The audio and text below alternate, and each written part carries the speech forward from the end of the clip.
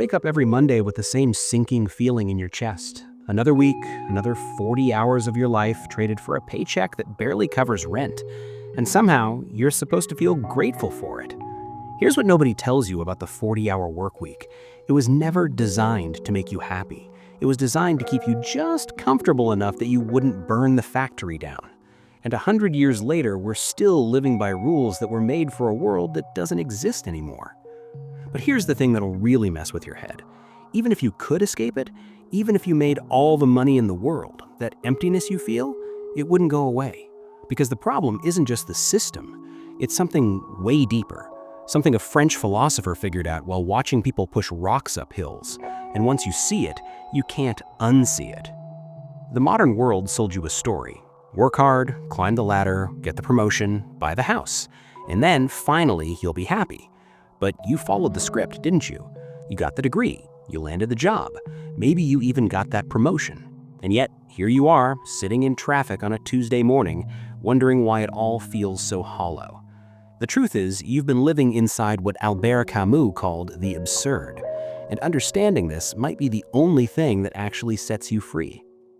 Let me paint you a picture. You're an office worker. Every morning, your alarm goes off at 6:30. You hit snooze twice because those extra 18 minutes feel like they matter.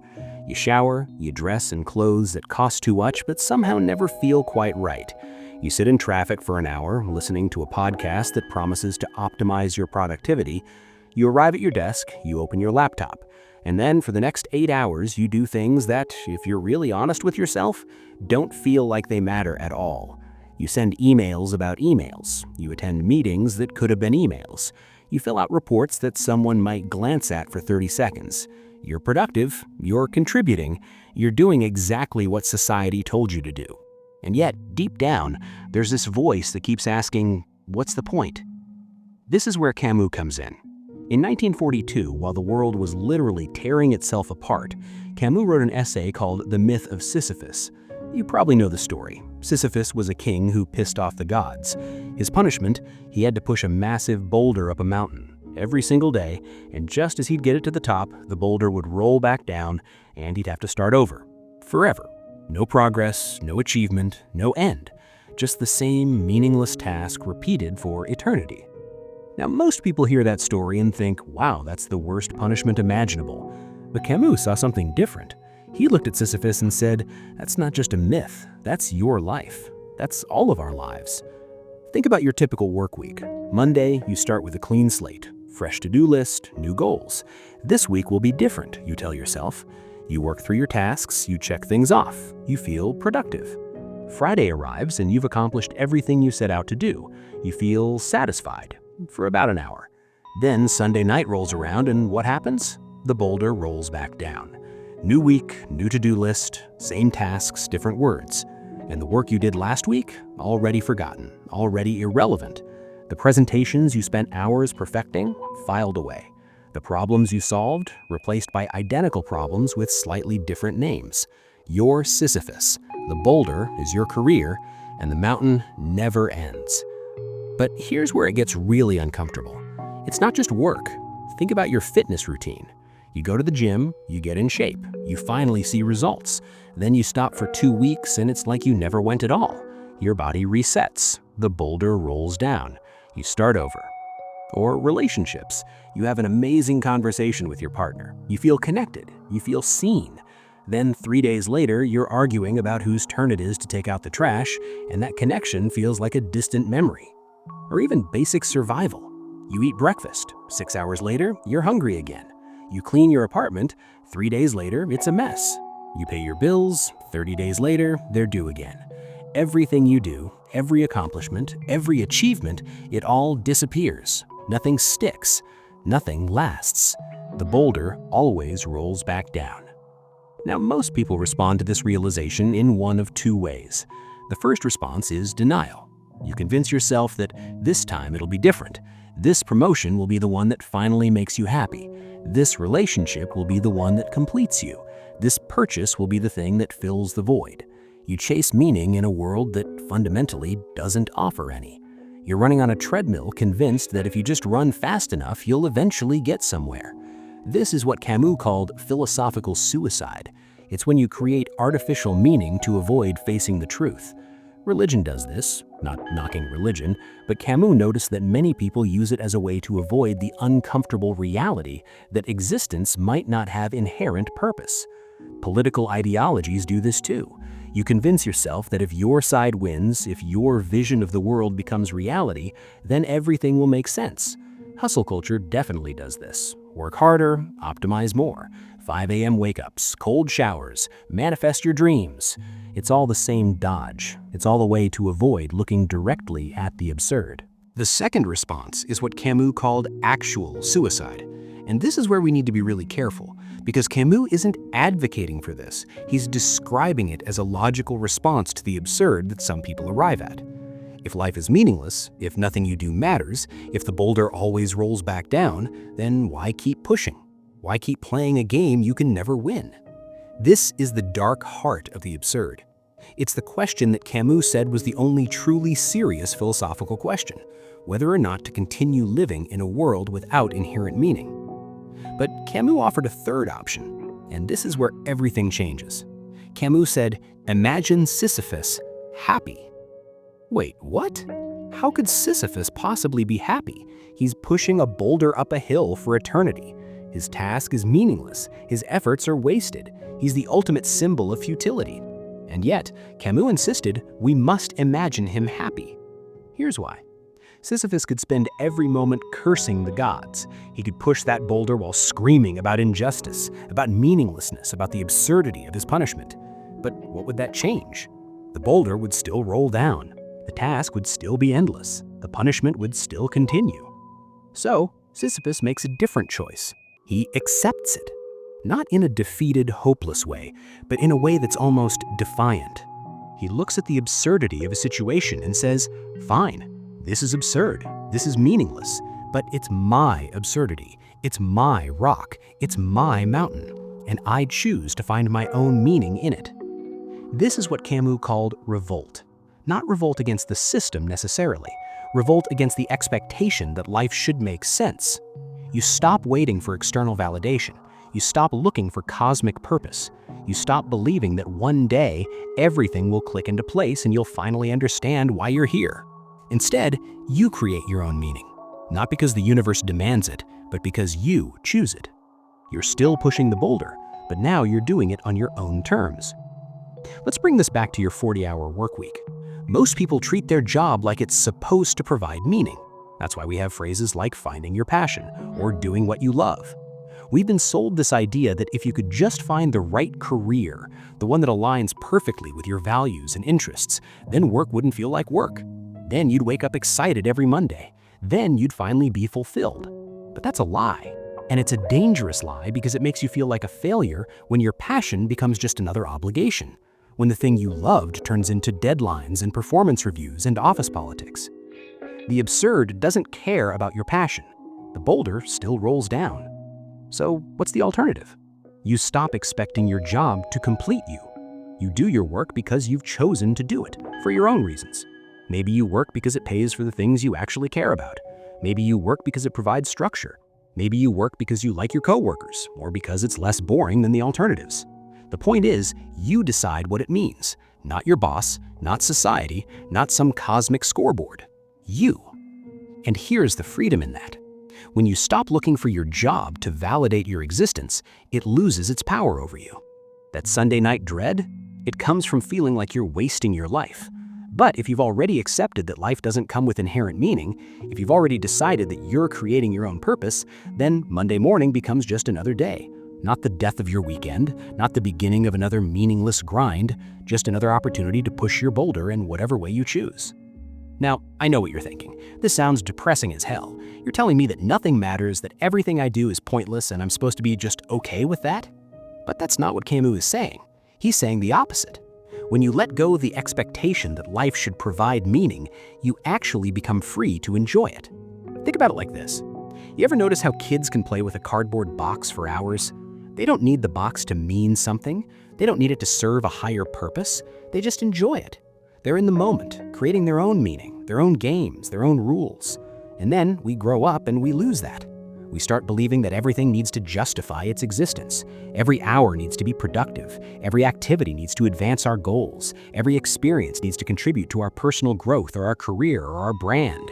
We turn life into a resume. And in doing so, we suck all the joy out of it. Camus inviting you to be like that kid again. Not in a naive way. You still have bills to pay. You still have responsibilities. You still have to push the boulder. But you can choose how you relate to it. You can choose to find joy in the pushing itself, not because it's getting you somewhere, but because it's what you're doing right now. This is what Camus meant when he said, "The struggle itself toward the heights is enough to fill a man's heart." Not the achievement, not reaching the top, the struggle, the act of pushing, the choice to keep going even when you know the boulder will roll back down. Let me give you a practical example. Let's say you're working a job you don't particularly like. It's not terrible, but it's not your dream either. It pays the bills, but you spend most of your day feeling like you're wasting your potential. The typical advice would be to find your passion, start a side hustle, manifest abundance, whatever. But that's just another form of running from the absurd. You're still believing that there's some perfect life out there where work finally makes sense.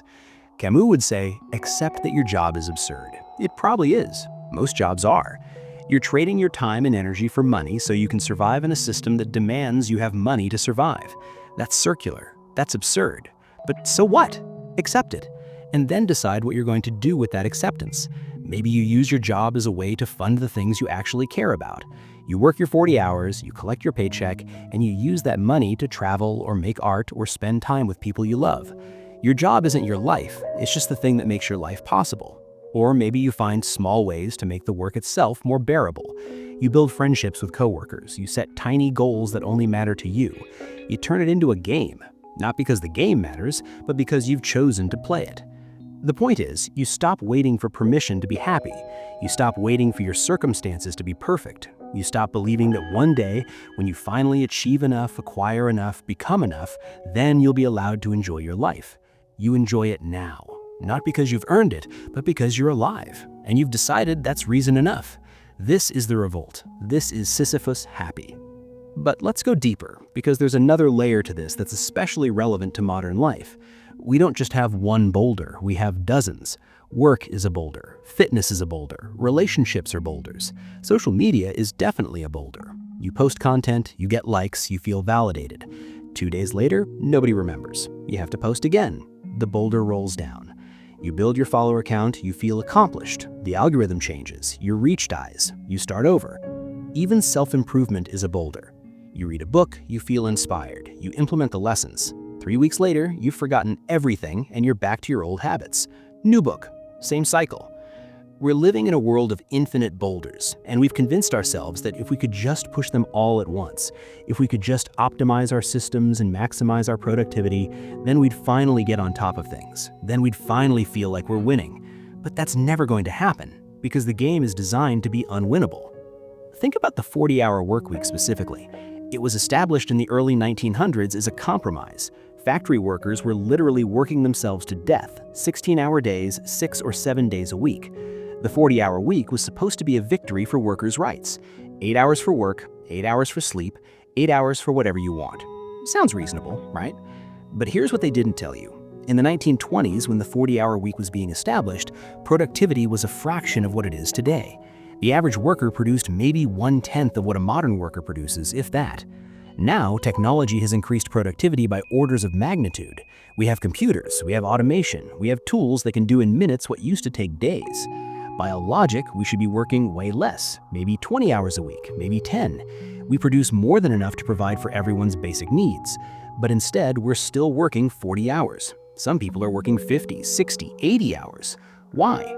Because the system doesn't care about your well-being. It cares about extraction. It cares about keeping you busy enough that you don't ask questions. It cares about keeping you just comfortable enough that you don't revolt, but just stressed enough that you keep chasing the next raise, the next promotion, the next milestone that promises relief. This is the absurd on a societal level. We have the resources and technology to free people from meaningful labor, but we don't, because the system benefits from your exhaustion. Tired people don't organize. Stressed people don't resist. People who are barely keeping their heads above water don't have time to imagine a different world. So you keep pushing the boulder. You keep believing that if you just work a little harder, just optimize a little more, just sacrifice a little extra, then you'll finally get ahead. But the finish line keeps moving, the goalposts keep shifting, and you're starting to realize that maybe there is no finish line. Maybe getting ahead was never the point. So what do you do with that realization? You could get angry, you could spend your energy raging against the system, posting on social media about how unfair it all is, waiting for someone else to fix it. And look, I'm not saying the anger isn't justified. The system is rigged, your frustration is valid. But anger without action is just another way of avoiding the absurd. You're still waiting for external change to give your life meaning. You're still believing that if the system were different, then you'd be okay. But Camus would say, don't wait, revolt now. Find meaning in the struggle itself, even while you're working to change the system. Don't postpone your happiness after the revolution. Be happy in the midst of the fight. This is the revolt. This is Sisyphus happy. But here's the thing that gives me hope, even though Camus would tell me to abandon hope. I think we're uniquely positioned to understand his message. Previous generations could still believe in progress. They could still believe that things were getting better, that each generation would have it easier than the last, that the arc of history bends toward justice or prosperity or whatever. We don't have that luxury. We know better. We've seen behind the curtain. We know the game is rigged. And that knowledge, as painful as it is also freeing. We don't have to waste decades of our lives chasing things that were never going to fulfill us anyway. We can skip straight to the acceptance. We can skip straight to the revolt. So what does revolt actually look like in practice? It's not one thing, it's not a system, it's a way of being. It's choosing to find joy in a world that doesn't owe you any. It's doing things because you want to, not because they're productive or optimal or contributing to your personal brand. It's being present in moments that don't photograph well. It's having conversations that don't lead anywhere. It's pursuing projects that might fail. It's caring about things even though they're temporary. It's loving people even though they'll disappoint you. It's pushing the boulder even though it'll roll back down. Not because you think this time will be different, but because you've decided that the pushing is what you're here for. Let me give you another example. You ever notice how we've turned everything into content? You can't just go for a walk anymore. You have to track it on your fitness app. You can't just enjoy a meal, you have to photograph it. You can't just have an experience, you have to document it, optimize it, turn it into a story that proves you're living your best life. Everything has to justify itself. Everything has to be in service of some future goal. But what if you just went for a walk? Not to hit your step count, not to earn a rest day, not to post about it later, just to walk. What if you had a meal without photographing it? What if you spent time with friends without thinking about whether it was quality time or if you were being present enough? What if you just lived without constantly auditing whether you're living correctly? That's revolt. That's refusing to let the systems of optimization and productivity colonize every moment of your existence. Or here's another one. You ever feel guilty for wasting time? You scroll social media for an hour and then hate yourself for it. You watch TV when you should be working on your side hustle. You take a nap when you could be at the gym. And underneath all of that guilt is this belief that your time is supposed to be productive, that you're supposed to be constantly improving, constantly optimizing, constantly moving towards some better version of yourself. But what if you're already good enough? What if rest doesn't have to be earned? What if wasting time is actually a form of resistance against a system that wants to extract value from every moment of your life? Camus would say, waste time on purpose. Not because you're depressed or lazy, but because you refuse to measure your worth by your productivity. Now, I want to be clear about something. Camus is not telling you to give up. He's not saying nothing matters, so why bother? He's saying the opposite. He's saying that precisely because nothing has inherent meaning, you're free to invest your energy in things for your own reasons. You're not obligated to care about your job, but you can choose to do good work anyway because you decided that's who you want to be. You're not obligated to maintain relationships, but you can choose to show up for people because you've decided that connection matters to you. You're not obligated to create art or pursue hobbies or take care of your body, but you can choose to do those things because they bring you joy, not because they're contributing to some cosmic scorecard. This is the paradox at the heart of Camus' philosophy. Life is meaningless, and that's what makes it meaningful. If life came with a built-in purpose, if there was some cosmic instruction manual that told you exactly what you're supposed to do and why, you'd just be following orders. You'd be a character in someone else's story. But because life is absurd, because there is no manual, you get to write your own story. You get to decide what matters. You get to choose which boulders to push and why. That's not depressing. That's the most liberating thing I can imagine. Let's talk about death for a second, because Camus couldn't shut up about it, and honestly, neither can I. Part of what makes life absurd is that it ends. You spend all this time building a career, developing skills, accumulating knowledge, and then you die and it all disappears. Your accomplishments are forgotten. Your possessions get divided up or thrown away. The things you stressed about become irrelevant. Eventually, everyone who remembered you dies too, and it's like you never existed. That's the ultimate boulder rolling down the hill, the final proof that nothing you did mattered. And yet, does that make your life meaningless? Camus would say no. Actually, death is what makes life precious. If you lived forever, if you had infinite time, then nothing would matter because you could always do it later. But you can't. Your time is limited. This moment is all you have. And that limitation is what forces you to decide what you actually care about. Think about it. Why do you remember certain moments more vividly than others? Usually, it's not the big achievements. It's not the promotions or the purchases or the milestones. It's the small stuff. A conversation that went deeper than usual. A sunset that caught you off guard. A meal with friends where everyone was actually present. A moment of genuine connection with a stranger. These moments don't matter because they're productive. They matter because you were fully alive during them. You weren't thinking about the past or worrying about the future. You were just there. And that's what Camus is pointing toward. That's what he means by living fully. Not accomplishing more, not achieving more, but being more present for the life you're already living. Here's the question you need to ask yourself. If you knew for certain that nothing you did would last, that all your accomplishments would be forgotten, that your boulder would always roll back down, would you still push it? Would you still do the things you're doing? Would you still care about the things you care about? If the answer is no, if you're only pushing because you think it'll lead somewhere, because you think one day it'll pay off, then you're still trapped in the illusion. You're still waiting for life to make sense. But if the answer is yes, if you'd still do it even knowing it's ultimately meaningless, then congratulations, you've found your own meaning. You've revolted against the absurd. You're Sisyphus and you're happy. So where does this leave us with the 40-hour work week? With the hustle culture that insists you should be grinding every moment? With the systems that profit from your exhaustion?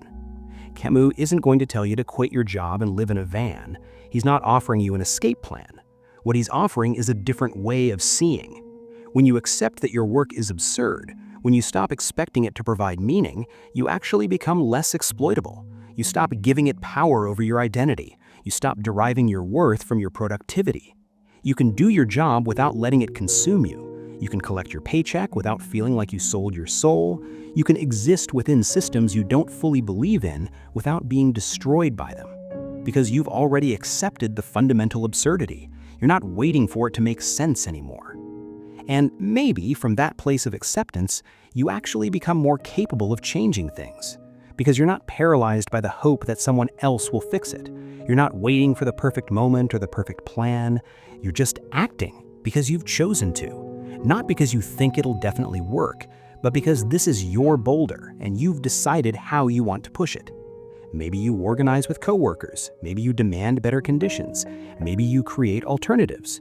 Maybe you just refuse to let the system take more than you're willing to give. Whatever you choose, you're choosing it from a place of power, not desperation. Not because you need it to save you, but because you've decided that's what you want to fight for. The absurd is everywhere once you start seeing it. It's in every motivational quote that tells you to hustle harder. It's in every advertisement that promises fulfillment through consumption. It's in every self-help book that claims to have the secret to happiness. It's in every system that demands you prove your worth through productivity. All of it is just elaborate ways of avoiding the fundamental truth. There is no secret. There is no ultimate answer. There is no point where you finally arrive and get to rest. The boulder always rolls down. But that's okay, because you're not pushing it to get somewhere. You're pushing it because that's what you're doing today. And tomorrow you'll push it again. Not because you have to, but because you choose to. And that choice, that revolt, that refusal to let the meaninglessness destroy you, that's what Camus called freedom. So here's my challenge to you. For one day, just one day, stop trying to make everything mean something. Stop trying to optimize every hour. Stop judging yourself for not being productive enough. Stop waiting for the moment when life finally makes sense. Just be. Just push your boulder without needing it to lead anywhere. Just exist without needing to justify that existence. See how it feels. Because I think you'll find that when you stop demanding that life provide meaning, life becomes a lot easier to enjoy. You might even find yourself smiling while you push. Not because you've achieved anything, not because you've figured it out, but because you're alive, you're here, and you've decided that's enough. You've imagined yourself happy, and in doing so, you've become Sisyphus. And Sisyphus is free. So if you made it this far, you're probably the type of person who thinks way too much about this stuff. So go watch the next video on screen. It'll keep you up at night in the best way possible.